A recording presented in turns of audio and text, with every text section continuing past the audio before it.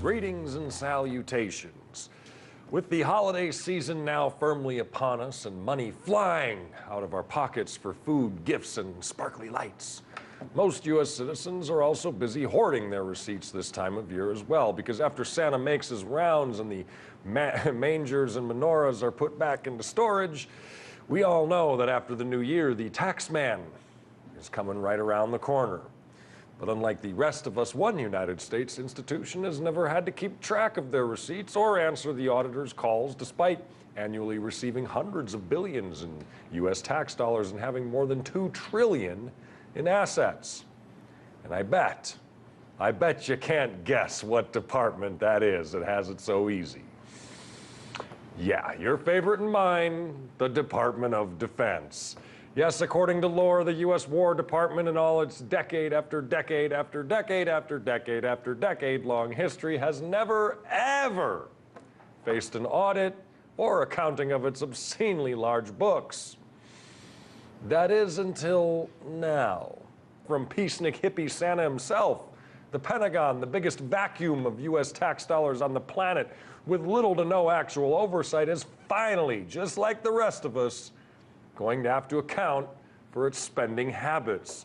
Dana W. White, the chief Pentagon spokesperson, not the UFC Ultimate Fighting Champion president, declared that the audit demonstrates our commitment to fiscal responsibility and maximizing the value of every taxpayer dollar that is entrusted to us.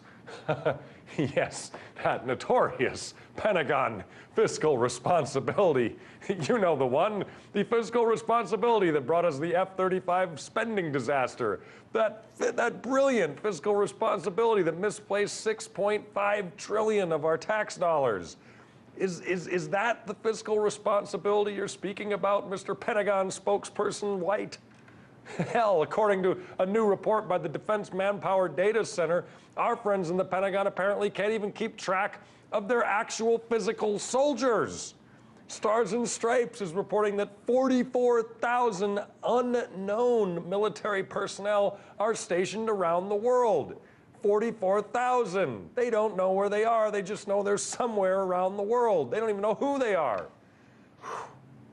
Let's break out the calculators and pocket protectors, ladies and gentlemen, as the Department of Defense gets its much-needed audit as we start watching the Hawks.